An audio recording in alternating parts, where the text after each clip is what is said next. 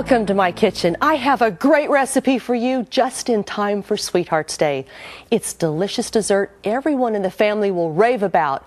My Raspberry Tart with crunchy walnut pecan crust. It's healthy, naturally low in sugar, and makes the perfect ending to a special meal. So let's get started. This is going to be fun.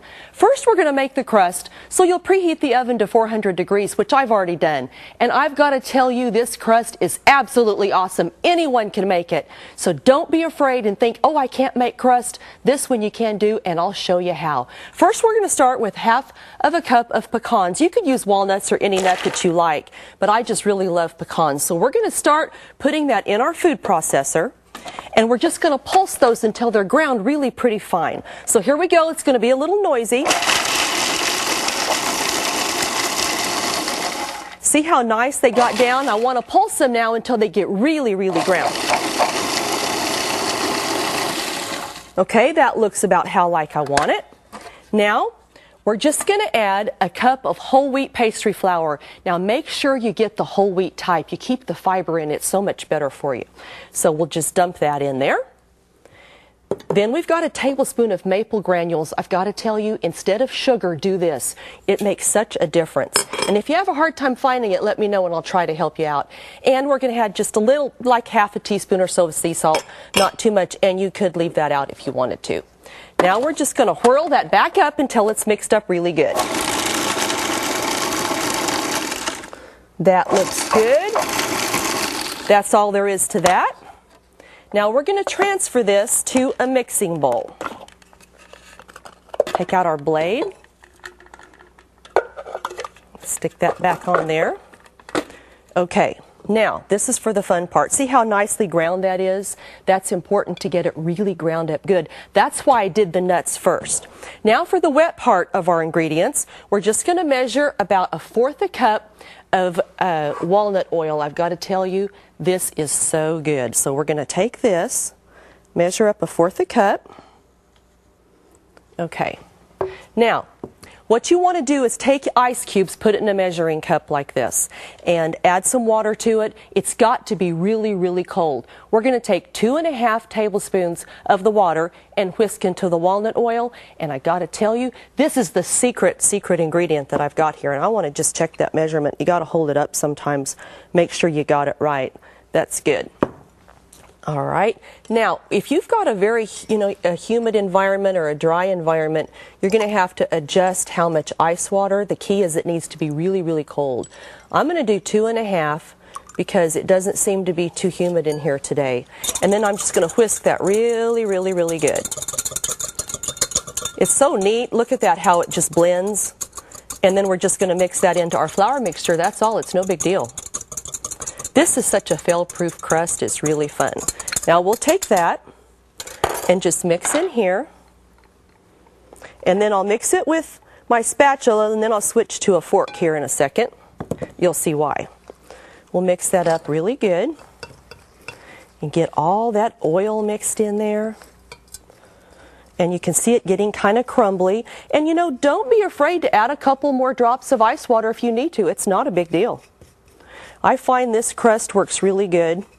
And when you spread it out, it's not going to matter if it breaks apart, because you're going to see why. This is the type that we press. We really wouldn't even have to use a rolling pin if we didn't want to. Just for expedience sake, I do sometimes. So we'll take it. Now you can see it kind of forming together. So I'm going to finish it with my fork. And then with your hands, just form it into a ball. Then when you get that formed into a ball, which I got kind of a big bowl going on here. When I use a smaller bowl, sometimes it's a little easier. Doesn't really matter. There we go. Now I want you to take that and just put it into a piece of parchment paper on your counter or whatever work surface. See how that's just a nice little ball like that? Then you take another piece of parchment paper and we'll place on top. And then we'll just roll that out into a circle about 10 inches. Now this rolling pin doesn't work too good for this particular type of dough. I got to tell you, this is kind of a new one for us. But you just want to press it out. A lot of times on these press and go type of crusts, it works really better just to take them right into the pan, press out the center and up the sides, which is what I'm going to do for you today. So we'll just get that down there, and then we'll just take this out, pat it into a circle like you do when you make scones, and it works really, really good. Okay, there we go. I like that much better. And then when we get this into the tart pan, you're going to see now, it depends what type of tart pan you use. Sometimes the ones that I like to use has the removable bottom because I want to serve it on a platter. But if not, you can use the other type too, and it works just as good. Now let's get this out of the way down here. Look how neat this is. This is the type that the ring just lifts out like that, which makes it really great for serving. So we're going to take this, and we're just going to transfer that over.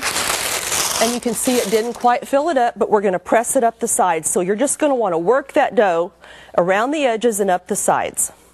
Any cracks that you see, just press them together. And when this bakes, the oil just makes it melt together, and it works really, really good.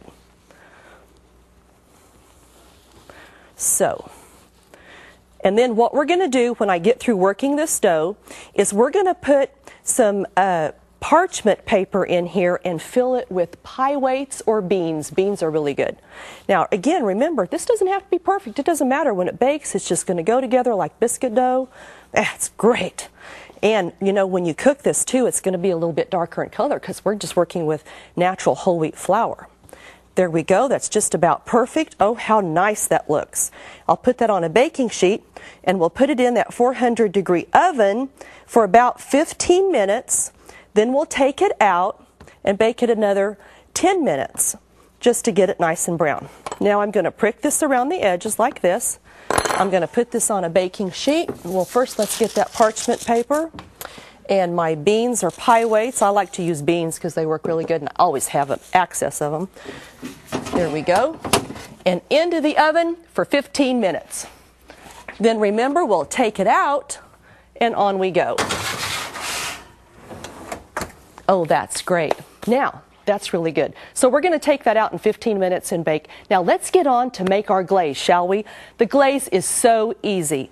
All you do is take 3/4 a cup or so of pure raspberry preserves with nothing added. Put it in a small saucepan. Warm it on low. You don't want to get it hot. You just want to get it a little bit thin to make it easy to spread. So what we're going to do is just take a couple tablespoons of fresh squeezed lemon juice. And we're just going to whisk into this raspberry preserves. How delicious. And it will make a shiny, pretty glaze. And that's all there is to that. How easy could that be? Okay, now for the filling. You know, you don't have to use a filling, but when you want a nice, beautiful tart, you just think of that creamy filling. So this is what we're going to do on this one. We have 1 package of softened cream cheese. We're just going to take that in. You can use low fat or regular, whichever one you want. And we're going to blend in a couple tablespoons of maple syrup, a teaspoon of Tahitian vanilla. Ooh, how delicious. And now let's just get out this mixer and cream this up. This is going to be noisy, so bear with me for a sec.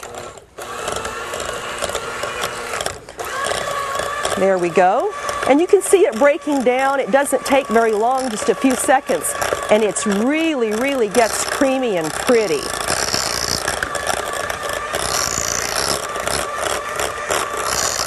All right, just another minute and it'll be done.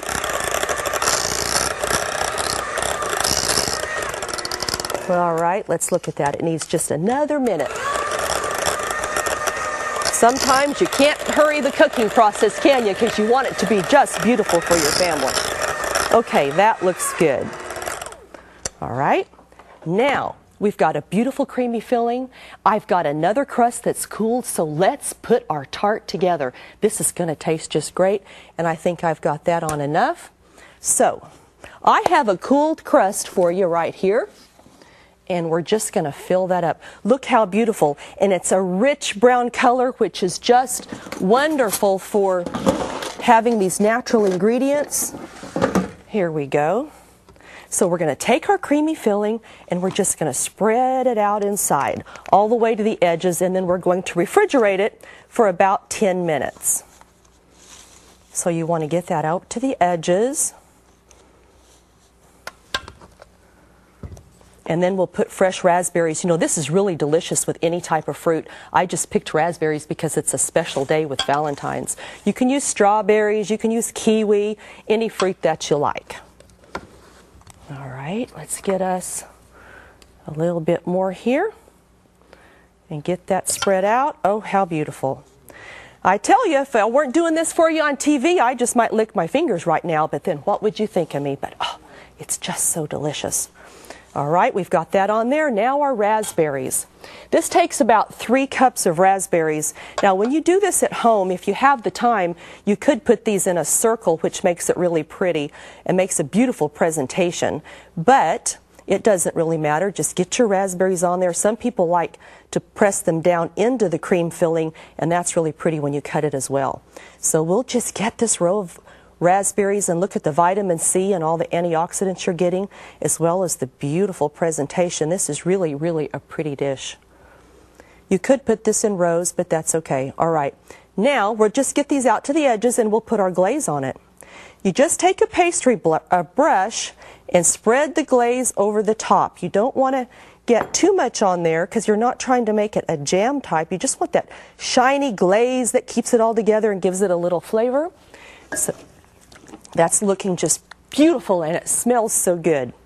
Now see, when you put that glaze on there, the shine that it gives it, how pretty. That is just beautiful. Your family's going to love this one tonight, isn't it? The color, the contrast is so pretty. And when you get a little extra glaze, you can get it in those cracks and crevices. Just kind of pour it around. And then you're going to want to put this in the refrigerator for about 20 minutes. Now, if you wanted to make this ahead, you could make it up to the stage with the filling and put in the fridge. But you'd want to go ahead and take it out and put the fruit on the day you serve it. Oh, how pretty. Okay, so that's ready. Let's get that in the refrigerator. What do you say? Now, you can serve this at room temperature or cold, whichever you like. Into the refrigerator. There we go. And I have got a beautiful finished one for you that is already cold. To serve this, you just lift it out, slide it right on to your serving dish, and that's it. Isn't that gorgeous? How beautiful. Wow, this is so easy and the taste is incredible. I mean, this one is delicious. From the crunchy walnut infused crust to the creamy maple filling, this is just great. It's a great one for any occasion, and it says, I love you. See, you don't need all that sugar for a delicious dessert. And remember, in moderation, we can have special treats. Well, thanks for being with me today. I hope you enjoy this special dessert as much as my family does. For a copy of the recipe, log on to the website and stay tuned. We'll be right back after these messages.